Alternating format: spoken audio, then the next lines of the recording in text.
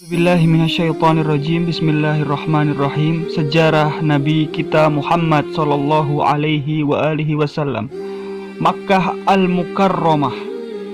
Inilah tempat tersuci di dunia sampai Allah Subhanahu wa taala berfirman, "Inna awwala baitin wudi'a lin-nasi lalladzi bi Bakkah mubarakan wa hudan lil alamin."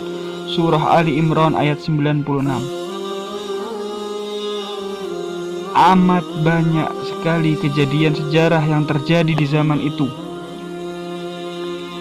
Di zaman itu, Ka'bah telah dipenuhi oleh berhala buatan manusia. Makkah menjadi ibu kota syirik setelah sebelumnya merupakan ibu kota tauhid. Yang tinggal di kota Makkah adalah kabilah Quraisy. Mereka pembuat berhala-berhala, dan mereka juga menyambut peziarah-peziarah yang datang dari seluruh penjuru. Dan di kota ini pula lah terdapat kejadian yang akan diingat seluruh dunia sampai hari kiamat kelak. Kejadian munculnya Nabi yang membawa risalah untuk seluruh alam. Di dekat Ka'bah terdapat sebuah kawasan yang dinamakan Sya'bu Bani Hashim. Bani Hashim adalah sebuah kabilah yang terkenal dengan kemuliaan dan kedermawanannya. Di rumah Abdul Muttalib inilah lahir penyelamat alam, Nabi Muhammad. Ayahnya Abdullah ibn Abdul Muttalib wafat beberapa bulan sebelum kelahiran Nabi. Dengan kelahiran cucunya, Abdul Muttalib membawa bayi suci tersebut ke dalam Ka'bah dan menamakannya Muhammad. Kayaknya Abdul Muttalib menitipkan bayi suci ini di kabilah Bani Sa'ad selama 3 tahun. Setelah itu, bayi suci Rasulullah Shallallahu alaihi wasallam dikembalikan ke Mekah kepada ibunda tercintanya Sayyidah Aminah. Tak lama wafat pula ibundanya di kawasan yang bernama Abwa, dan beliau masih berumur 6 tahun. Kemudian kakeknya lah yang mendidik beliau, akan tetapi hanya 2 tahun bersama sang kakek, wafat pula kakek tercinta. Lalu kemudian beliau berpindah kepada didikan sang paman yang mulia, Abu Thalib, dan beliau tinggal bersama ke-6 putra-putra pamannya di satu rumah.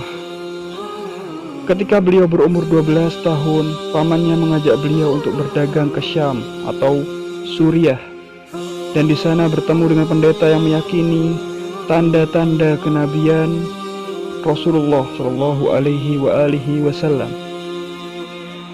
Setelah itu kembalilah beliau dan pamannya ke Mekah, dan beliau amat disayang pamannya karena akhlaknya yang mulia. Ketika beliau berumur 15 tahun, beliau ikut berperang bersama pamannya. Beliau ikut pula dalam musyawarah bersama pamannya di rumah salah seorang sahabat pamannya, Abu Thalib. Beliau dijaga oleh Allah Subhanahu wa ta'ala dari sifat-sifat buruk, sehingga beliau dijuluki dengan Al-Amin, yang artinya sang penjaga amanah. Lalu ketika beliau berumur 25 tahun, Sayyidah Khadijah bintu Khuwailid alaihissalam mengutus salah seorang budak perempuan yang bernama Maisarah agar mengajak Nabi Muhammad untuk berdagang di Syam. Dan Maisarah melihat kejujuran beliau dan amanah beliau. Kembalilah Maisarah kepada Sayyidah Khadijah mengabarkan tentang kemuliaan sifat Muhammad. Lalu mendengar itu, Sayyidah Khadijah meminta Muhammad sallallahu alaihi wasallam untuk meminang beliau. Lalu Nabi Muhammad pun meminangnya dan menikahinya. Dan beliaulah sebaik-baik suami, begitu pula Sayyidah Khadijah sebaik-baik istri. Setelah tahun-tahun bersama Sayyidah Khadijah, semakin tampak kemuliaan beliau dan keagungan sifatnya, sehingga Sayyidah Khadijah mensifati beliau dengan syairnya yang berbunyi, selalu tali silaturahmi, selalu tahan terhadap musibah, menolong orang-orang yang tak punya, dan membantu kebenaran. Direnovasi, para pemimpin kabilah berebut untuk membawa Hajar Aswad sampai hampir terjadi pembunuhan. Lalu kemudian mereka bersepakat bahwa siapa saja yang datang pertama kali Ka'bah, dialah yang menentukan.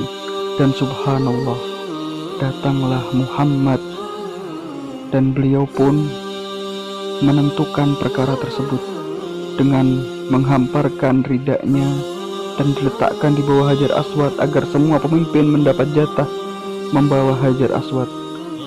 Lalu setelah kejadian itu, semuanya menjadi gembira dan berhentilah perpecahan. Ketika mendekati umur 40 tahun, beliau gemar menyendiri di Gua Hira selama berhari-hari, berpikir tentang alam semesta dan keadaan kaumnya.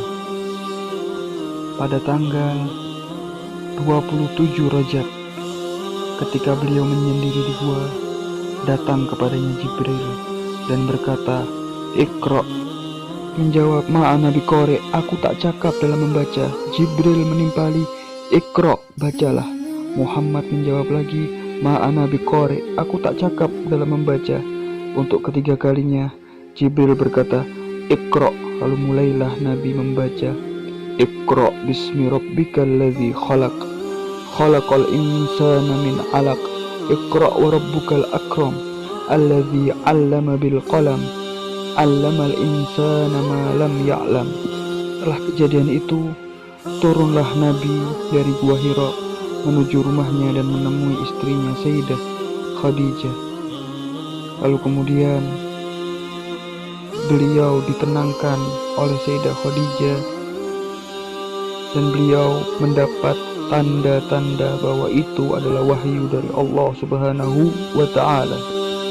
Tak lama setelah kejadian itu, turun lagi wahyu yang merintahkan untuk mengajak kaumnya beribadah hanya kepada Allah dan meninggalkan berhala-berhala, dan dakwah ini disampaikan secara rahasia kepada orang-orang terdekat saja. Dan turun wahyu, "Ya ayyuhal mudaththir, qum fa'anzir wa rabbaka fakabbir wa thiyabaka fatahhir wa rujza fahjur." Termasuk orang-orang yang pertama kali mengimani dakwah Nabi adalah istrinya Khadijah, Abu Bakar, Imam Ali bin Abi Thalib, dan putra angkatnya Zaid ibn Harithah. Dan dakwah ini berlangsung selama 3 tahun, dan sedikit demi sedikit orang mulai memasuki agama Islam. Naam, cukup sekian pelajaran sejarah hari ini tentang Nabi kita Muhammad Sallallahu Alaihi Wasallam. Semoga antum semua dapat memahaminya dan dapat mengambil ibrah atau pelajaran dari video yang telah disampaikan, dan bisa kita amalkan tentang kejadian-kejadian Rasulullah agar Rasulullah senantiasa hidup di hati kita. Naam ayuhat talabah, syukran atas keaktifan dan syukran atas perhatian antum. Aqulu lakum jami'an, assalamualaikum warahmatullahi wabarakatuh.